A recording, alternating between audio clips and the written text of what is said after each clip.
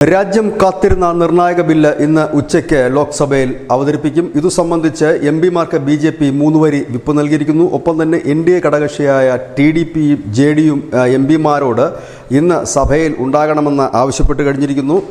ഈ ബില്ല് അവതരിപ്പിക്കുന്ന കേന്ദ്ര നിയമമന്ത്രി അർജുൻ റാം മേഘ്വാൾ ആയിരിക്കും ലോക്സഭയിൽ ഈ ബില്ല് അവതരിപ്പിക്കുന്നത്. 129 ഭേദഗതി ബില്ലായിട്ടാണ് ഈ ബില്ല് അവതരിപ്പിക്കുന്നത്. ഒരു രാജ്യം ഒരു തെരഞ്ഞെടുപ്പ് എന്നുള്ള ബില്ല് യാഥാർത്ഥ്യമാക്കുമെന്ന് ബിജെപി തെരഞ്ഞെടുപ്പ് കാലത്ത് ഉടനീളം പറഞ്ഞിരുന്നു.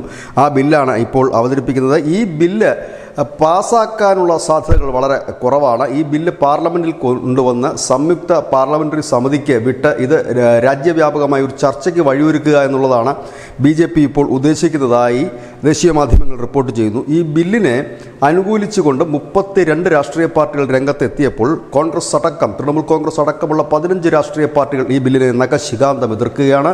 തൃണമൂൽ കോൺഗ്രസ്, DMK, കോൺഗ്രസ് പാർട്ടി എല്ലാം തന്നെ ഈ ബില്ലിനെ എതിർക്കുകയാണ്. ഏതായാലും 2 മണിക്ക് ഈ ബില്ല് അവതരിപ്പിക്കുമ്പോൾ സഭ പ്രക്ഷുബ്ധമാകാനുള്ള എല്ലാ സാധ്യതകളും നിലനിൽക്കുന്നു. News desk.